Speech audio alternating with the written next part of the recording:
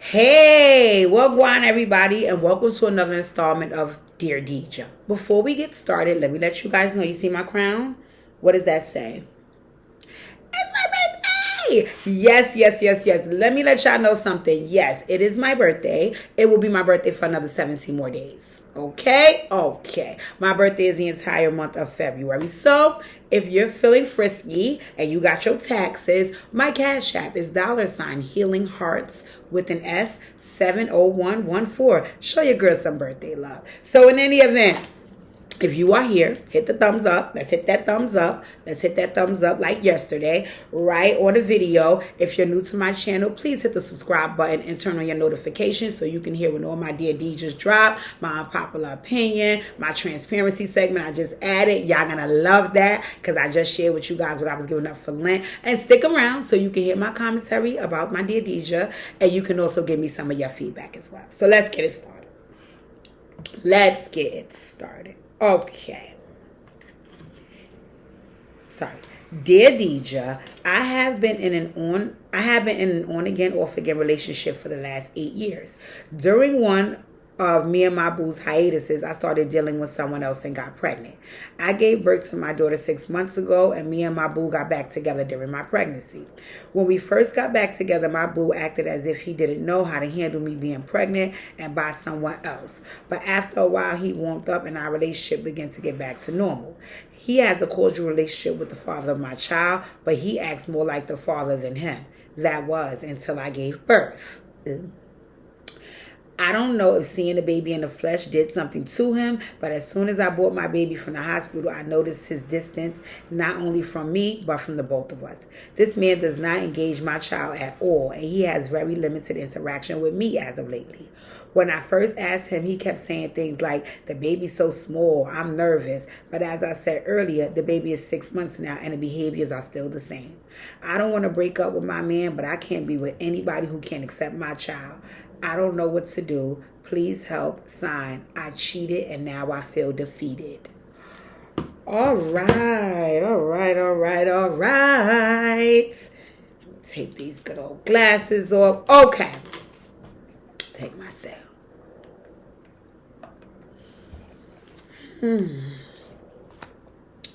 All right, my dear, but let me first start off with the good news, as I always do. Congratulations.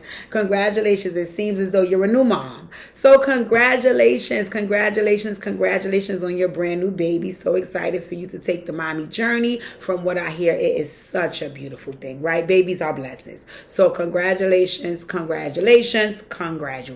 right? Secondly, the number one thing we're going to discuss here is communication. And like one of my other videos that I share with you guys, it's not only communication with comprehension, because that's something that we learned from the memes that's been going around these past couple of years, that people think that it's not about folks communicating, but it's about people communicating and comprehending what the other person said. What did I share with you guys in a couple of videos in the past, a couple of videos back, where I said it ain't only about comprehension, right? It's also communication and compatibility. That's the word I'll use, right? Because it's one thing for you to say something to me and me to understand it, right? I heard you. I get it. It's another thing for me to agree with it and be on the same page with you. And I think most times when folks are not on the same page, or they can't agree or agree to disagree, then folks feel like, well, you don't understand what I'm saying, right? Because have you ever had somebody do that? Like, they'll say to you, listen, I can't come to your party because I got to work. And they're like, okay.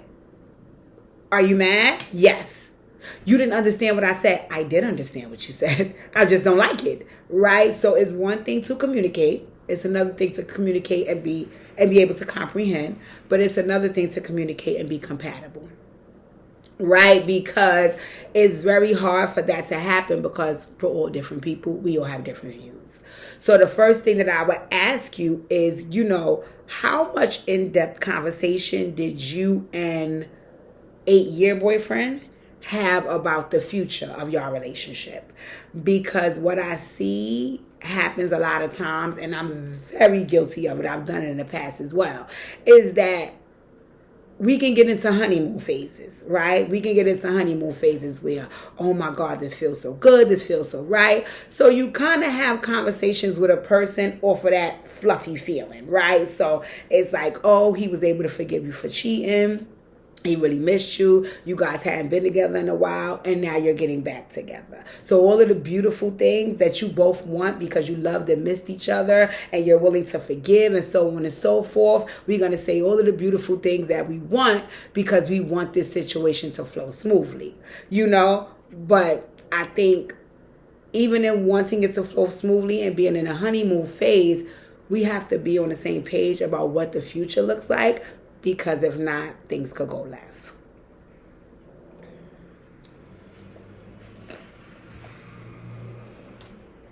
So I would have to first ask, how much conversation about the future did you guys have?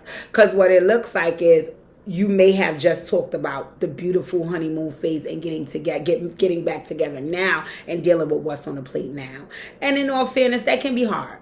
That can be hard. I can understand if you guys didn't have any conversation about the future because what's taking place in the moment is such a real situation that you kind of want to deal with what's happening in real time, and we can focus on the future later. But the only reason why I say you probably would have benefited from having conversations about the future, because when certain things take place, you can kind of say, I anticipated that because of the behaviors and the conversations that we had prior to this moment, right? So I wish that you guys would have communicated, if y'all didn't, about the future a little more. Another thing about it is, too, sometimes people don't know what they're going to do until they're in a moment where something has to be done. Let me say that again. Sometimes people don't know what they're going to do until they're in the moment when something has to be done. So I'll give you an example. I remember when I was young and I ain't have no real relationships under my belt, I was steady telling my friend group what they should and shouldn't take from their man, right? Because in my mind, I know that as a woman and as a girl, you have to stand up for yourself. UNITY.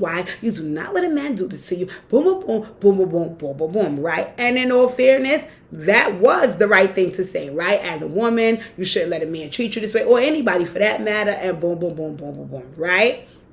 So the advice that I was giving, it's not wrong. It's just that you're giving it from a space that is really insignificant to what I'm going through because you've never been through it. So you telling me what I should do about a man when you ain't even got one makes no sense. Right? And not because, let's just say maybe if you did have a man, you would make the same decision that you're saying right now. But because you don't have one and you're not experiencing this, maybe you should shut the fuck up. Right? So I think that even with him, let's just say if y'all would have had conversations about the future, I still think that it would have just required the actual thing happening for him to know what he was going to do. I want to offer something, but I think I want to offer it in kind of in jest, right? So let me say this. I appreciate that you were given grace. Whatever y'all said to make y'all situation come back together, it worked. You guys were able to do so. So from what you expressed in your letter, you were given grace. Praise God. Praise God, because there's not many people who can give grace, right? There's not many people. It took me a very long time to learn how to give grace. But that's also because grace comes with forgiveness. And I was a person who took a long time to forgive. So I think that him forgiving you and giving you grace is beautiful. It's wonderful, right? And that you can appreciate him for that, right? I think that whatever you get is whatever you should give. Fair exchange has never been no robbery. You didn't share that he has his own children. You didn't share that you have any children prior to the one you just had, right? So this is a new experience for everybody, right? So I think that grace needs to be given to everybody because we're all trying to navigate our way through this. And the way he navigates it and the way you navigate it and the way the baby father navigates it may look and feel totally different to the other parties involved. Right? So him creating distance is not the ideal thing to do for you guys to move forward. But he may also be trying to find his footing, trying to find solid footing on this ground, because it doesn't sound like any of you have walked on this pavement before, right? If that makes sense. So I think maybe, and I could be wrong, he accepted you. I think it's taking him a little longer to accept the child. And I get what you're saying in the letter. And once again, I always tell you guys, I do not want to speak from a space of a parent because I have no children. So I don't want to tell you to allow a person to do what you view as not accepting your child and still want a relationship with them. But the other part of me kind of feels like he, in all fairness, deserves a little grace about how he handles the situation. But my dear, that's pretty much up to you how much grace you give, if you decide to give any. Right? Because what people have to understand, and I just had this conversation a little while ago in a video, is there's also boundaries. There's also boundaries. So you can give grace, but you can also put a time limit or an event limit on how much grace you're willing to give. So I'll give you an example, right? If you're saying that, okay, my baby is not even 1 yet, he hasn't had the time to really bond yet because he's still trying to get his ish together, and I want to give him grace, so I'm giving him until my baby turn 1, right? That's up to you. If you're saying that, okay, I think that he might bond a little better with my baby when he or she turns 5. I think you said you had a daughter. When she turns 5, that's up to you. It's up to you how long you want to extend the rope, right? What you can't do is tell him when to adjust and how to adjust. You know what I'm saying? But you can put a limit on how much grace you have for his adjustment period. You know, and I know that that's hurtful because it's like, you know, I thought that you said you were okay. I thought that we were going to be okay. How did we get here? Nobody's supposed to be here, right?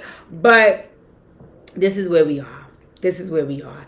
And what it sounds like, and I'm just assuming this, is that he thought initially like, yeah, I could do this. I got this. You my boo. And remember, the baby is in the stomach, so it's not a real thing yet, right? It's in the stomach. It's not, you know, in the flesh. So we just laughing and joking and playing mommy and daddy, right? But now the baby here is in the flesh. This is not my child, it's yours. It's also the child might be a reminder of a situation that you guys went through that, you know, didn't make him feel good. You know, so he may be really struggling with how to approach this situation. So I know that you said you guys got back together after, you know, your tryst, and that's only because I can see he has given you grace. Right? So my suggestion would be initially trying to give him the same. Right? But I will say this. I think prior to you giving him grace, you need to have a conversation about if that's something he even needs. Because it may also be that I don't need no motherfucking grace. I'm not dealing with that baby. So therefore, we don't even go through this whole rigmarole. If you plan on not dealing with the baby anyway, then there's no grace to give you. You could just go on about your business and I can continue being a mom. Right? So I think that there's one thing to say, oh, he needs grace.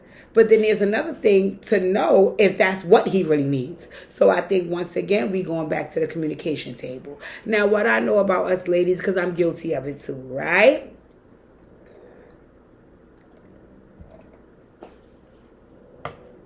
Let's just say this gentleman says, well, you know what? I don't need no grace. I don't want to deal with you. I don't want to deal with that baby. Here we go now. You said when I was pregnant, we was good. Yes, that's what we're going to do, right? Because as women, we are emotional. And also because you wanted this relationship to work. I didn't come back here for this not to work, right? So I can see your head flying off if that's the response.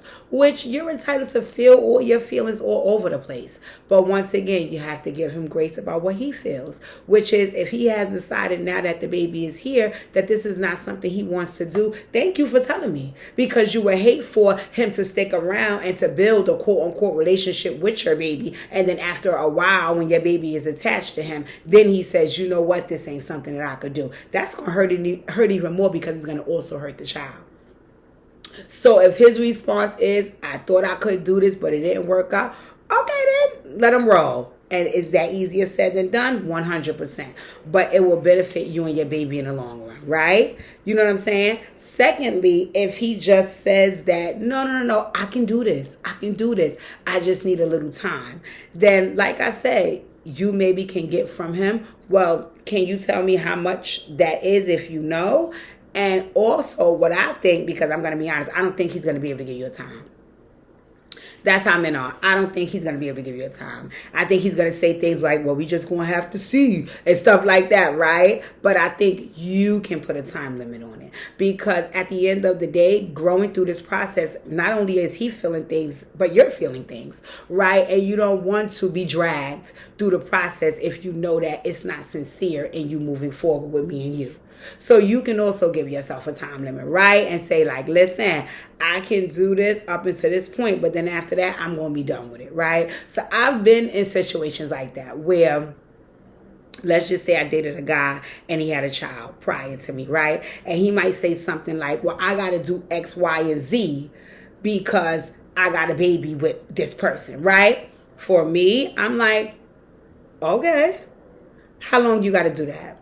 Right? So, because for me, I'm going to put a time limit on myself, because if it's something that I don't like, I don't want to continue allowing it to happen to me. Right? And I can't tell you to stop. I have to stop engaging you. So it would be like, oh, so you telling me, you know, your baby mama don't want me to meet the baby yet, right? We've been together a year. She need more time? How much time you think she gonna need? Now, for me, once you come back with the she might need until the baby is 5 and the baby is 2, I'm gonna need the roll. I'm gonna need the roll. You try to holler back when he's 5 and I'll let you know if I'm available, right? Only because for me, that doesn't sit right for me. And now I'm tied into a situation that I'm not happy with, so I'm beefing with you every motherfucking minute because I agreed to something that I'm not happy with. Why would I? Why would I? So, like I was saying, you could put a time limit on it yourself. You can put a time limit on it yourself and say, hey, you said you need time.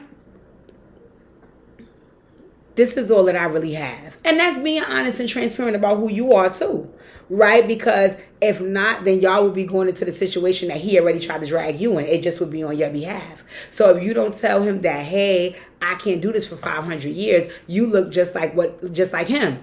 Oh, you said that you would be okay, but now you telling me you're not. No, so let me tell you from the gate, you know, and you get to sit with yourself and figure out what that looks like for you. You're a mom now. You know, you're not just thinking and planning for yourself. You're thinking and you're planning for 2 people. So you get to sit back and take into account what's best for me and my baby. And one of the things that I know is best for being a parent, which is why I'm not 100% in the thoughts of being one yet, is I would like to be emotionally stable. Right? The goal is to be emotionally and financially stable, right?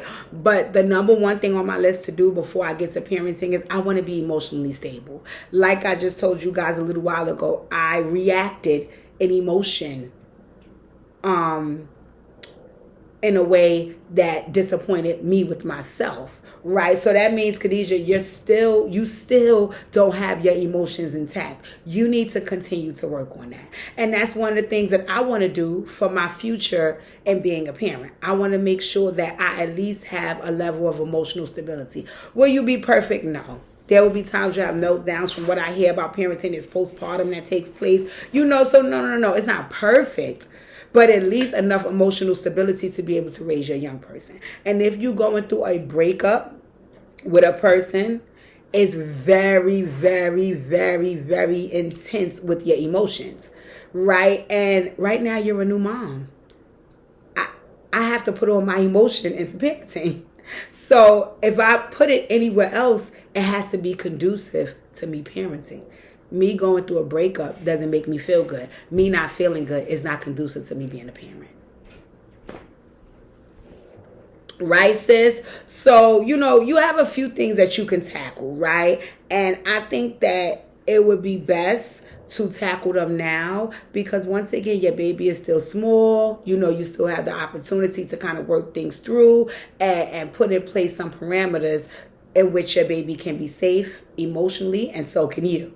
So, once again, I would suggest, your initial conversation, you try to get a gentleman grace. Hey, I see that there's some distance. And, I just want to know, is that, what is that, right? And once again, understanding that he might need to do that for now. He might say he need to do it for 6 months. He might say he doesn't know when he's going to stop doing it, right? Whatever response he gives you, that gives you the opportunity to now go back into your bag and say, well, you know what? Let me think about what's best for me, and let me think about what's best for my baby.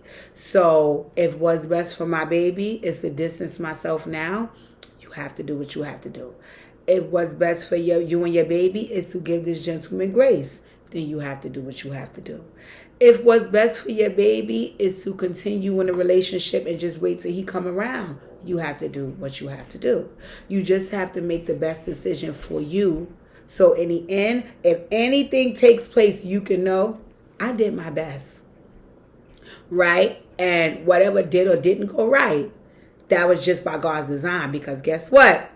I did my best, right? So at the end of the day, you can't beat yourself up. You just have to go into it with a stable mindset and go into it with your well-being and your baby's well-being at the forefront. I think, in my personal opinion, any relationship meant to be can survive anything. In my experience, any relationship meant to be can survive anything. My dad has passed away in 2005, right? My mom never, ever speaks ill of my dad, right? But within the last, I want to say 3 or 4 years, me and my mom go through different phases of friendship, right? So I remember one time when she and I stayed together again as an adult, that's when we initially became friends, because before we were mother and daughter with an excellent relationship. And then we became mother, daughter, and friends, both excellent relationships. But in each phase of our friendship, my mother sheds another layer of skin, which I totally appreciate. So in more of our recent years, she got to share some of the things that she went through with my dad.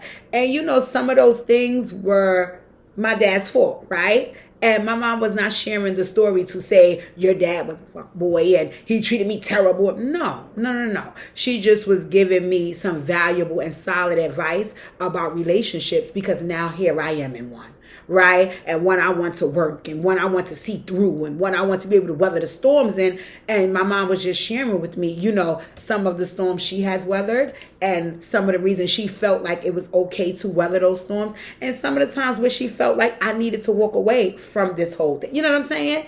So I think any relationship that's meant to be will be able to weather any storm. It's just a matter of you guys putting in the work and doing what needs to be done.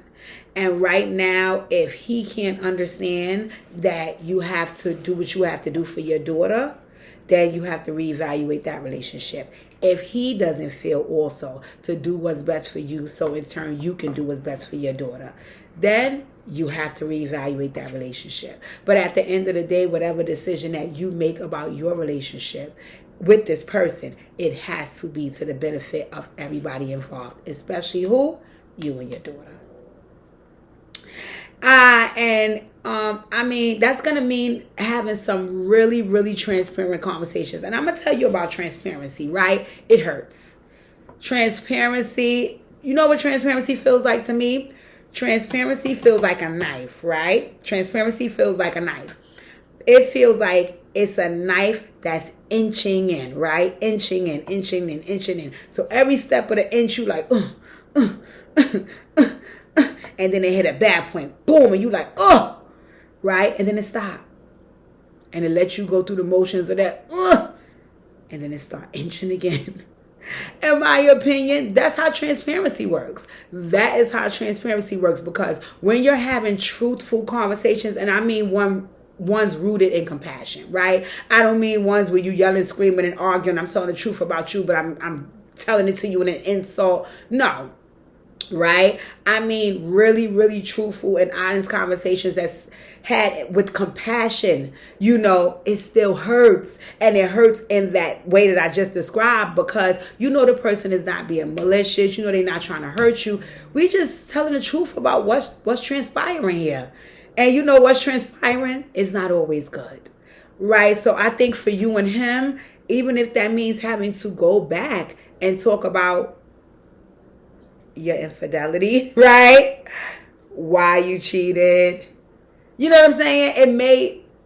You guys may have to scale all the way back to that to move forward, right? And you know best. It may also be, we don't need to revisit the past and open up that bag, Deidre, because it may just end us for real. You know best. I can't tell you what to do. I just brought that up as a suggestion, because whatever you decide, it has to be in the best interest of everybody involved, especially you and your daughter, and you want to make the right decision. Okay, all right, my dear. So hopefully I was able to, help you transition through some of these things and help you do some deep thinking about what you want to do moving forward. Once again, like I always tell you folks, I'm predicting that I will see you soon for a healing heart session. Preferably before you have any conversation with oh boy. But if not, and you want to go have the conversation first and book your sessions after, either way is fine for me. But I would like to have the conversation so we can really get down to the nitty gritty, because most times when you're addressing a situation, you also want to make sure you're being transparent about yourself. Alrighty, so once again, I hope I was able to help. Ladies and gentlemen, you should have hit the thumbs up almost 27 minutes ago. You should have subscribed to the channel and hit the notification bell so you can know when I'm coming with mine. Also, it's my birthday. It's still my birthday. It's still my birthday. Okay, so if you want to hit a sister up with your tax money, my cash app is Healing Hearts with an S, 70114. Thank you, guys. I appreciate all your support. I'm so happy you guys tuned into Dear Deidre. Live at 5 will be returning Friday, March 4th with the new decorated recording space. I can't wait for you guys to see it. I'm so excited about it. Thank you again. I love you guys, and I'm happy that you tuned in.